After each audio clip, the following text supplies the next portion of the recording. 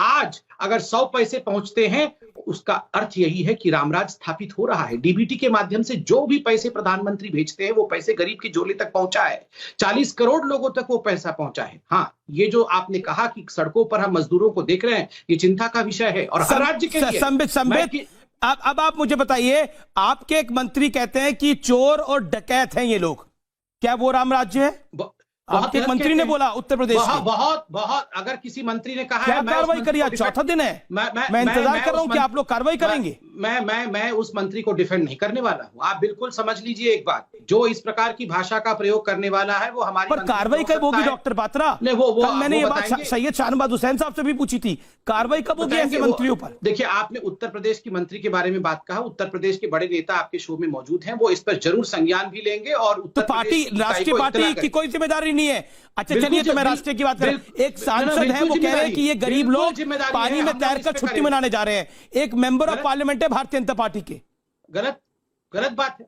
और मैं तो सबको कहूंगा, इस टेलीविजन चैनल के माध्यम से कहूंगा, चाहे हमारे नेता हो, चाहे कांग्रेस पार्टी के या समाजवादी पार्टी के नेता हो, कोई भी। आपके एक मुख्यमंत्री, अब आप सुनिए, आपके एक मुख्यमंत्री है त्रिवेंद्र सिंह रावत, वो कहते हैं कि ये जो मजदूर आएंगे ये 25,000 तो कोरोना संक्रमित होंगे, यानी उत्तराखंड उनका कहना है वुहान बन जाएगा इन मजदूरों के आने के बाद। नहीं, गलत बात, आप बिल्कुल गलत कह रहे हैं।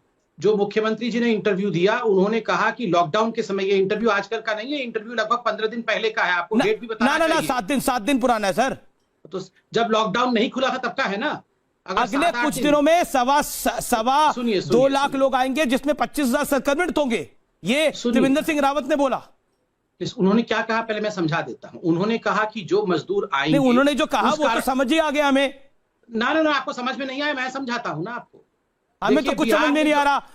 हमें उत्तर प्रदेश का मंत्री समझ में नहीं आ रहा, हमें मुख्यमंत्री आप समझ में नहीं आ रहे, हमें कोई समझ में नहीं आ रहा।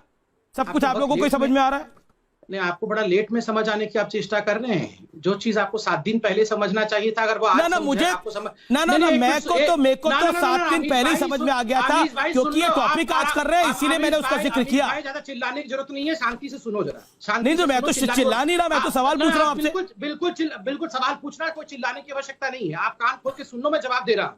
नहीं, मैं तो कान खोल के सुन रहा हूँ डॉक्टर पात्रा, मैं तो कान खोल के सुन रहा हूँ, लेकिन लगता है कि सत्ता में आप लोगों के कान नहीं खुल रहे, इसलिए कान आप भी खोलिए अपने। कान खोलने जरूरी है डॉक्टर पात्रा, अगर कान खोलेंगे नहीं तो गड़बड़ हो जाएगी फिर। तो जवाब सुन लो, आपको जवाब सुनना पड़ेगा, शांति से सुनो आप जवाब।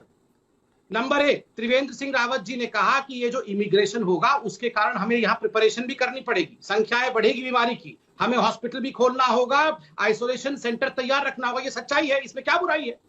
हम किसी की प्रताड़ना नहीं कर रहे हैं, उसका अर्थ है कि हम आइसोलेशन सेंटर, तो ये भी ठीक है। चलिए, त्रिवेंद्र सिंह रावत को आपने क्लीन चिट दे दी। आप देखिए सवाल, हम देखिए, आप मुझे बताइए, जो मंत्री कह रहा है उसको तो उत्तर प्रदेश सरकार कार्रवाई करेगी, ये जो सांसद कह रहा है कि ये लोग छुट्टियां मनाने जा रहे हैं, उस पर आप लोग कार्रवाई करेंगे या अभी वो भी उत्तर प्रदेश करेगा? आप पल्ला झाड़ेंगे? अभी देखा है, ये तो बयान आज का, चलिए त्रिवेंद्र सिंह रावत का बयान पुराना, ये बयान तो आज का है। नहीं, ठीक है, आज का है, अभी आपने संज्ञान में दिया है, अभी इस पे संज्ञान लिया जाएगा। सुबह से हर चैनल पे चल रहा है। अभी न्यूज डिबेट पे थोड़ी संज्ञान ले लिया जाएगा। अध्यक्ष जी देखेंगे ना इस विषय को, बिल्कुल अध्यक्ष जी तक के विषय पहुंचेगा, अध्यक्ष जी इस विषय को देखेंगे। अब थोड़े न्यूज डिबेट के बीच में संबित पात्रा संज्ञान ले लेगा, इतना तो आप भी समझते हैं। आप बताइए। नहीं, मैं तो सब कुछ समझ